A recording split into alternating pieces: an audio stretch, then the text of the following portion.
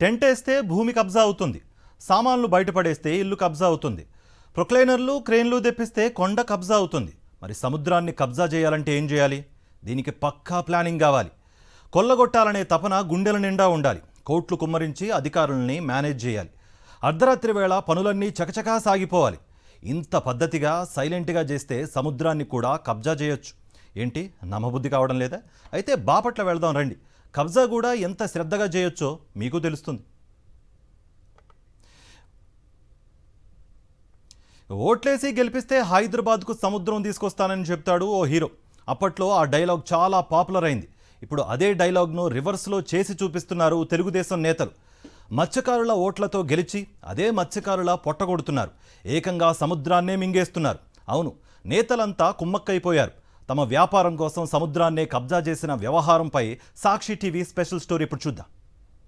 ఆ ముగ్గురు అధికార పార్టీ ఎమ్మెల్యేలు అందరూ కుమ్మక్కయ్యారు. అందులో ఓ ఎమ్మెల్యే భర్త తన రియల్ ఎస్టేట్ వ్యాపారం కోసం నిబంధనల్ని తొక్కిపెట్టాడు. ఏకంగా సముద్రంలో గుట్టల్ని చదును చేసేశాడు. మా జీవితాన్ని నాశనం చేయొద్దంటూ మత్స్యకారులు వేడుకుంటున్నా కనికరించడం లేదు. తెలుగుదేశానికి అధికారం కట్టబెడితే విధ్వంసం ఏ రేంజ్లో ఉంటుందో చేతలతో చూపిస్తున్నారు. బాపట్ల జిల్లా లక్ష్మీపురం తరతరాలుగా చుట్టుపక్కల గ్రామ మత్స్యకారులంతా ఈ సముద్రాన్ని నమ్ముకొని జీవిస్తున్నారు.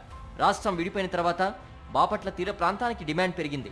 దీనికి కారణం ఇక్కడ బీచ్లో లోతు తక్కువగా ఉండడం, పోటు పెద్దగా లేకపోవడమే. దీంతో నిబంధనలకు విరుద్ధంగా బడాబాబులంతా బీచ్ ఏరియాలో గెస్ట్ హౌస్లు కట్టేస్తున్నారు. ఇక జిల్లా కేంద్రం అయిన తర్వాత రియల్ ఎస్టేట్ వ్యాపారులు బరితెగించేశారు. అందులో భాగంగానే భ్రమరా రియల్ ఎస్టేట్ కంపెనీ కూడా ఆ ఏరియాపై కన్నుపడింది. లక్ష్మీపురంలో భ్రమరా అలోహా బీచ్ పేరుతో ఓ ప్రాజెక్టును చేపట్టింది. కొంత భూమిని కొనుగోలు చేసి భ్రమరా రియల్ ఎస్టేట్ కంపెనీ అందులో విల్లాలు నిర్మించడానికి రెడీ అయింది. బీచ్ ఫేసింగ్ ఉండేలా విల్లాలు కట్టాలని ప్లాన్ చేసింది. కానీ బీచ్కు వెంచర్కు మధ్యలో టీడీపీ నేత చీరాల ఎమ్మెల్యే బంధువైన బూర్ల వెంకట్రావుకు సంబంధించిన కొంత భూమి ఆ ప్రాంతంలో ఉంది. ఆ భూమిని భ్రమర్కి ఇచ్చేసినట్లు సమాచారం. అయితే వెంకట్రావు ఆ భూమిని ఇచ్చే సమయంలో భారీ స్థాయిలో నిబంధనలు ఉల్లంఘించారు. ఏడాదిగా బీచ్లో పెద్ద పెద్ద బండరాలు వేస్తూ మొత్తం చదును చేసే కార్యక్రమం చేపట్టారు. మత్స్యకారుల్ని మభ్యపెట్టి రాత్రివేళ చకచకా పనులు పూర్తి చేశారు. నిజానికి ఇది పర్యాటకుల బీచ్ కాదు, మత్స్యకారులు చేపలు పట్టుకునే ప్రదేశం. ఇది దానికి అనువైన ప్రాంతం. కృష్ణా గోదావరి నదులకు ఎలా గట్టు ఉంటుందో అలాంటిదే ఇక్కడ కూడా సహజ సిద్ధంగా ఏర్పడిన 20 అడుగుల గుట్ట ఉండేది. దీనివల్ల సముద్రం ఉప్పొంగినా పరిసర గ్రామాలకు నష్టం ఉండేది కాదు. అలాంటి ఇసుక గట్టును క్రమక్రమంగా మాయం చేశారు. విశాఖ బీచ్ తరహాలో ప్లెయిన్గా మార్చేశారు. అయితే అసలు మ్యాటర్ ఇది కాదు. అతిపెద్ద ఆక్రమణ ఆ తర్వాతే జరిగింది.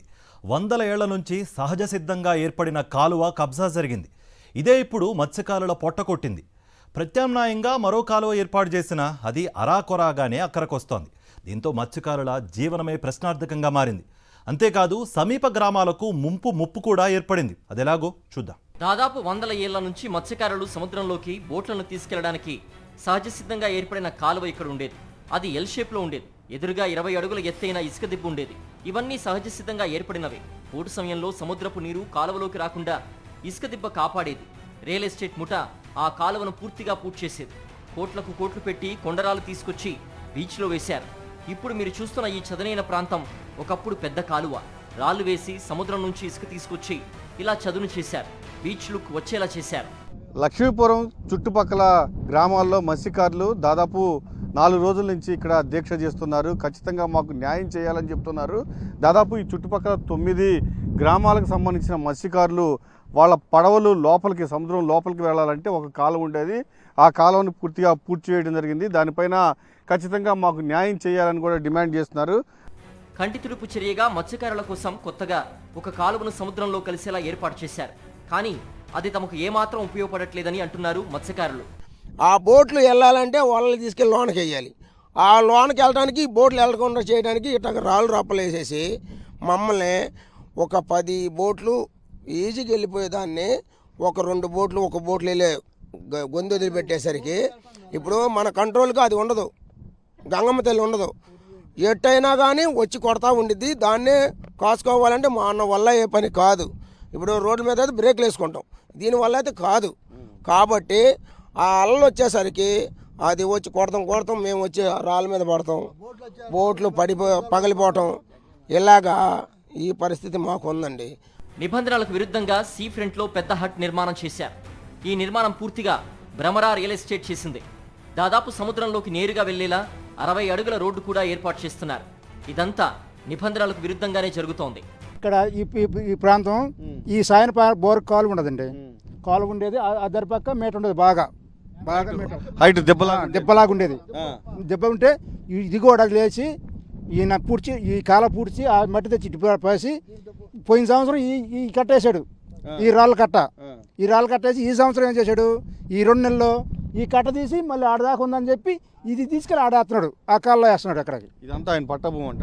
ఇప్పుడు మాట్లాడితే మేము పట్టా భూమి అని చెప్పి ఎంఆర్ఓ కూడా మాట్లాడారు ఆ మాట. 2 నెలల నుంచి మత్స్యకారులు జిల్లా కలెక్టర్ చుట్టూ తిరుగుతున్నారు. విచారణ కమిటీ వేశామన్నారు కానీ ఫలితమైతే కనిపించడం లేదు. ఆ కాలువను మూసేసింది రియల్ మాఫియా. కొత్త కాలువలో ఒక్క పడవ మాత్రమే పడుతోంది. పైగా అందులోంచి వెళ్తే రియల్ ఎస్టేట్ మాఫియా వేసిన రాళ్లు తగిలి బోట్లు డ్యామేజ్ అవుతున్నాయి. ఇప్పటి వరకు మనం ప్రభుత్వం భూమిని కబ్జా చేయడం చూసాము, అలానే వాగులు వంకలు కబ్జా చేయడం చూసాము. కానీ ఏకంగా సముద్రాన్ని కబ్జా చేయడం ఇప్పుడు బాపట్లలోని సూర్యలంక ప్రాంతంలో చూస్తున్నాం. ఇప్పుడు నేను నిలబడింది లక్ష్మీపురంలోని సముద్ర ప్రాంతం.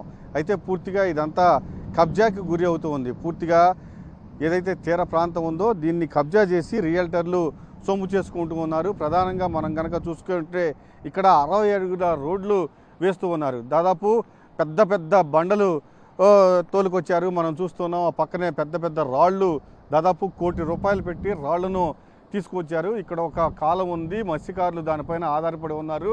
ఆ కాలువని పూర్తిగా పూడ్చివేయడం జరిగింది. దాంతోపాటుగా ఈ ప్రాంతం అంతా గెస్ట్ హౌస్లు ఏర్పాటు చేయడానికి కొంతమంది పూనుకొని ఉన్నారు. దానికి సంబంధించి డైరెక్ట్గా సముద్రంలోకి వెళ్ళేటట్టుగా ఒక రోడ్డు కూడా బిల్డ్ చేస్తున్నారు. మనకి చాలా స్పష్టంగా కనిపిస్తూ ఉంది. భ్రమరా సంస్థ గుంటూరు తెలుగుదేశం పార్టీ వెస్ట్ ఎమ్మెల్యేకి భర్తకు కుటుంబానికి సంబంధించింది. అలానే ఏదైతే వెంకటరావు అని ఉన్నారో అతను చీరాల తెలుగుదేశం పార్టీ ఎమ్మెల్యేకి సంబంధించిన వ్యక్తి. పూర్తిగా వీళ్ళంతా కొమ్మక్క అయిపోయి బాపట్ల ఎమ్మెల్యే, అలానే Guntur west MLA, Chirala MLA, వీళ్ళు ముగ్గురు కొమ్మక్క అయిపోయి ఇక్కడ మత్స్యకారుల సంపదను దోచుకోవడం చేస్తుంది. పూర్తిగా ఇక్కడ అందమైన గెస్ట్ హౌస్లు ఏర్పాటు చేసుకోవడానికి పెద్ద పెద్ద రాళ్లను తీసుకువచ్చి పూర్తిగా సముద్ర ప్రాంతాన్నే పూడ్చివేసిన పరిస్థితి. మనకి ఖచ్చితంగా ఈ రాళ్ళు మనకి ఏవైతే కనిపిస్తాయో ఈ రాళ్ల దగ్గర ఉన్న ప్రదేశము దాదాపు 20 అడుగుల పైకి పెద్ద గట్టు ఉంది. ఆ గట్టును పూర్తిగా తొలగించేసి ఇక్కడ చక్కగా ఒక అందమైన బీచ్ని ఏర్పాటు చేశారు. ఈ కబ్జా వెనుక Chirala MLA Kondaiah, Bapatla MLA Narendra Varma, Guntur west MLA Madhavi భర్త గల్లా రామచంద్రరావులు ఉండడం వల్లే బాధితులకు న్యాయం జరగడం లేదనే ప్రచారం పెద్ద ఎత్తున జరుగుతోంది. వాస్తవానికి Bhramara Aloha beach venture Guntur west MLA Galla Madhavi భర్తకు చెందిన ప్రాజెక్ట్. పూర్తిగా ఈ ప్రాజెక్ట్ కోసం సముద్రాన్ని కబ్జా చేశారనే ఆరోపణలు ఉన్నాయి. వెంకట్రావు దొంగ పట్టాలు పుట్టించి ఎమ్మెల్యే మాధవి భర్త రామచంద్రరావుకు అమ్మారనే ప్రచారం సాగుతోంది. స్థానిక మత్స్యకారులు ఎమ్మెల్యే నరేంద్ర వర్మను కలిసి తమ సమస్య పరిష్కరించారని కోరారు. నరేంద్ర వర్మ ఆ ప్రాంతాన్ని పరిశీలించి సైలెంట్ అయిపోయారట. దీంతో ఈ వ్యవహారంలో ఆయనకు కూడా భాగం ఉందని పెద్ద ఎత్తున ప్రచారం జరుగుతోంది. ఈ పగల మొత్తం ఇక్కడ ఉంటారు, మన వాళ్ళు మొత్తం అందరూ ఇక్కడ తిరుగుతారు. ఈ నైట్ వచ్చి ఏం చేసి జేసీబీలు తీసుకొచ్చి 10 డాక్టర్లు తీసుకొచ్చి నైట్ మొత్తం చేసుకుని ఎవరు కాపలా కాదు కదా సార్, ఎవరి ఫ్యామిలీ వాళ్ళు చూసుకుంటారు. ఇది ఏంటంటే జరిగేదంతా కబ్జా ప్లేసే. వాయిని సంపాదించాడు, రైలు మీద చెరువుల మీద మొత్తం సంపాదించాడు, సరిపోలేదు. ఇంకేంటంటే అప్పుడు రైలు మీద సంపద ఉంది కాబట్టి వాటర్ మొత్తం ఫ్లోటింగ్, ఫ్రెష్ వాటర్ రావాలి, వేస్ట్ వాటర్ పోవాలి. దానికోసం అది ఉంచాడు. అది అయిపోయింది కదా, సక్సెస్ అయిపోయింది అది. ఇంకా నెక్స్ట్ హిల్ స్టేషన్ దిగాడు, రెస్టారెంట్లో గెస్ట్ హౌస్లో మొత్తం కట్టుకొని ఇప్పుడు ఈ స్థాయిలోనే ఇప్పుడు వాటర్ అవసరం లేదు కదా.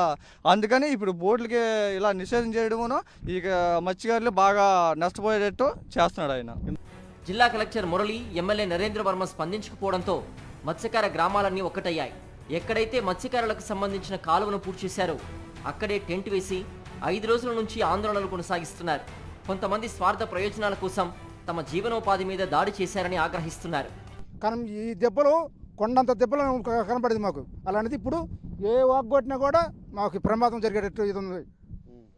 అది కాక ఇక్కడ ఈ కాలువ కూడా కనీసం 10 తెప్పలు, ఈ ఏరియా నుంచి వెళ్ళాలంటే 10 తెప్పలు అంత ఎడల్పు ఉండేది అనమాట. ఇక్కడి నుంచి అక్కడ ఉంటుంది, అంత ఎడల్పు ఉంటుంది.